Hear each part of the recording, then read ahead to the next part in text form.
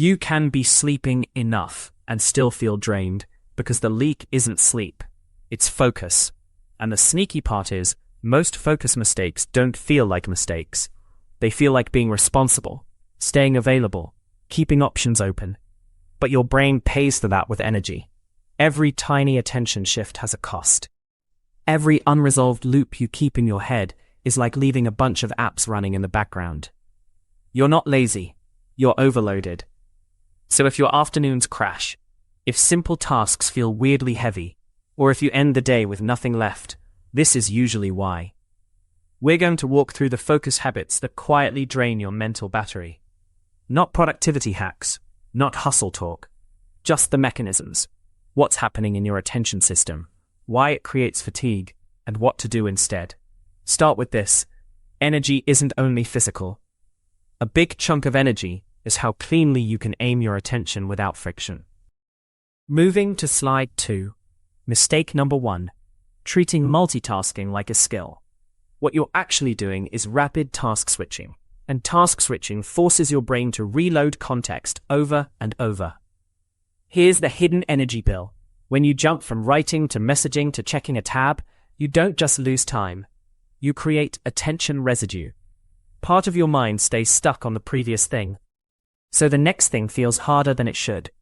That's why you can sit down to do one important task and feel resistance instantly. It's not the task, it's the mental clutter you carried into it.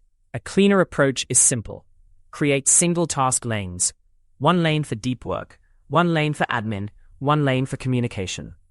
The goal isn't perfection, it's fewer switches. Try a tiny test. For 25 minutes, do one task with everything else closed.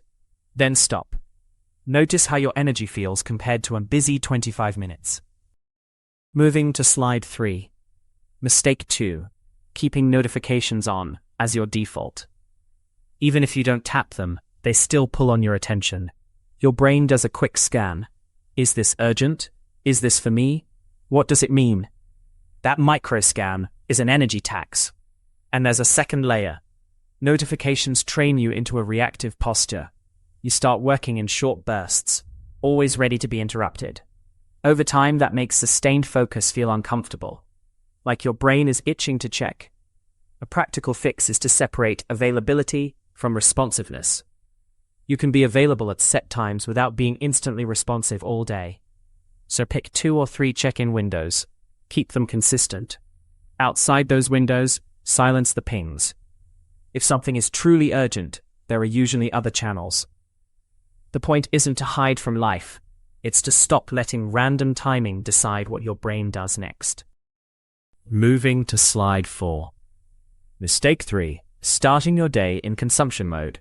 You open messages, headlines, feeds, random updates. It feels harmless. But you're letting the outside world set your mental agenda. Consumption is not neutral. It loads your brain with other people's priorities.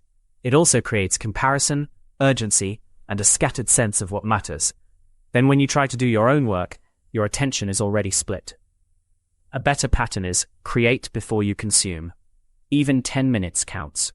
Write the first paragraph. Outline the plan. Do the hardest thinking while your mind is still clean. If you need a simple ritual, do this. Before any input, answer 2 questions on paper. 1. What would make today successful? 2. What's the first tiny action? You're not banning information, you're choosing the order, and that order changes your energy for the whole day. Moving to slide 5. Mistake 4. Keeping everything in your head. Tasks, worries, reminders, half decisions. This creates what psychologists often call open loops. Unfinished items that keep demanding attention. Your brain is great at generating ideas. It's not great at storing them reliably, so it keeps rechecking. Don't forget that. And each recheck is a little spike of stress and effort. The fix is boring but powerful. Externalize. Put tasks in one trusted system. Not 5 apps. Not sticky notes everywhere. One place you actually review.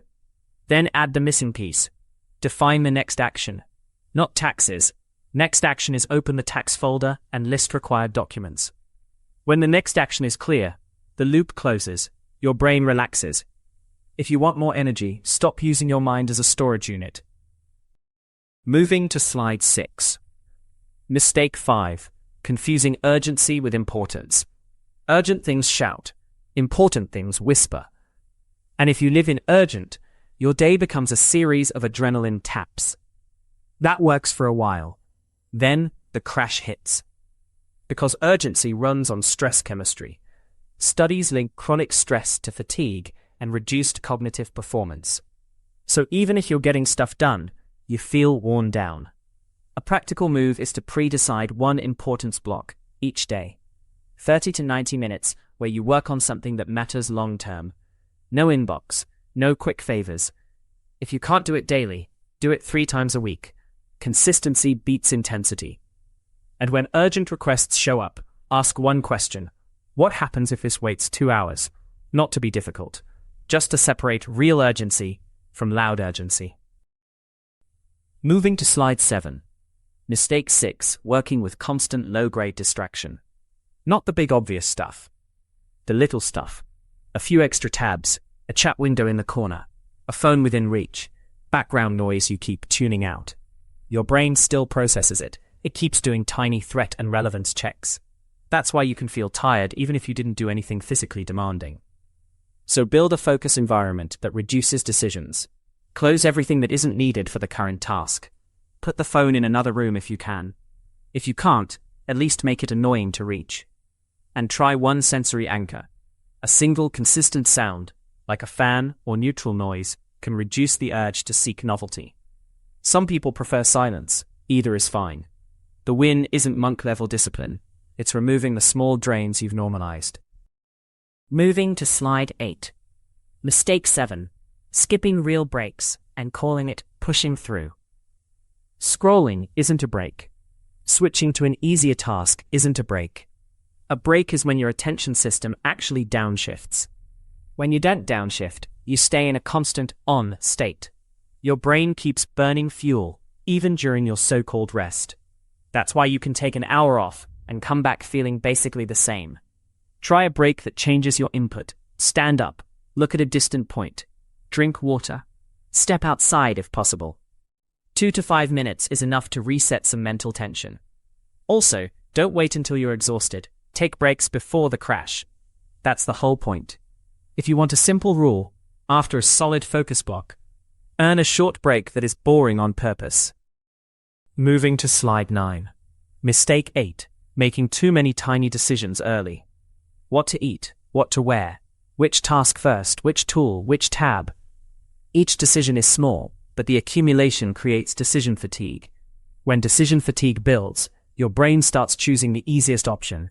That's when you procrastinate, snack mindlessly, or default to distractions. Not because you lack discipline, because your decision budget is spent.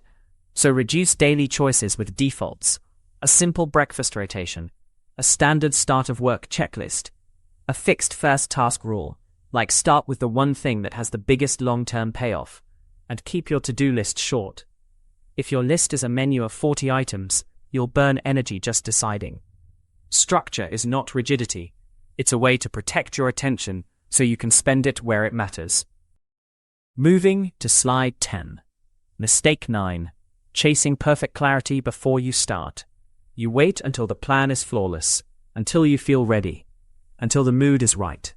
That sounds reasonable, but it creates a constant low-level tension, because your brain knows the task is still open, and the longer you delay, the bigger it feels. Then starting takes more energy than the work itself. A better approach is to start with a messy first pass.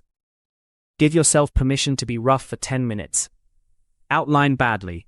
Write the ugly first paragraph. Do the simplest version. Motion creates information. Once you begin, the next step becomes obvious. You don't need motivation first. You need traction.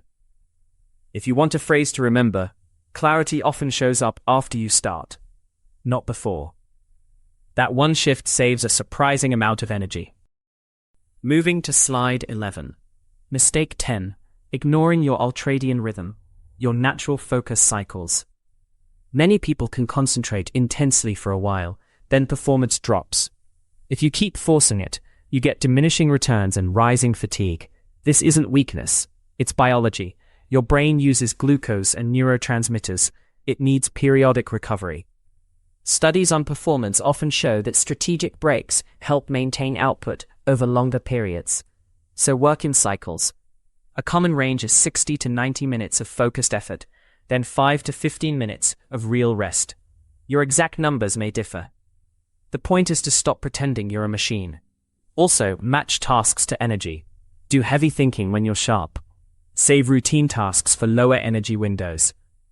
When you respect your rhythm, you don't just work better. You feel better. Moving to slide 12. Mistake 11. Using caffeine as a substitute for focus hygiene. Caffeine can help alertness, but it doesn't remove the underlying drains we talked about. Switching, notifications, open loops. And if you rely on it to power through messy attention, you can end up more wired and less effective. Then you compensate with more stimulation, and your baseline calm focus gets weaker. A smarter way is caffeine after clarity. First, decide what you're doing. Remove distractions. Define the next action. Then, if you use caffeine, it supports a clean target. Also, pay attention to timing. Late caffeine can interfere with sleep for some people, which then makes focus worse the next day.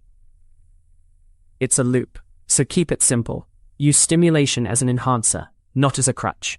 Your energy should come mostly from clean attention, not constant pushing. Moving to slide 13. Let's turn this into a simple reset plan you can actually use. Step 1.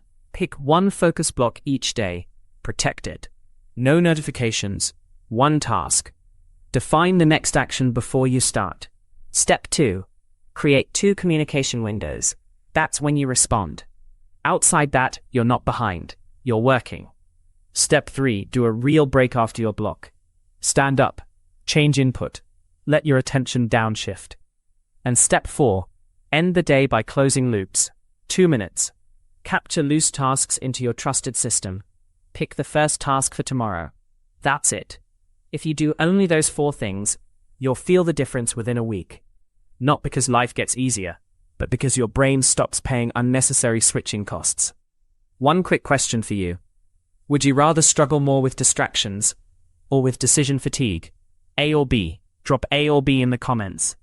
If you want more practical mental performance frameworks like this, hit the subscribe button once. This information is not a substitute for medical advice. Biological age matters more than calendar age.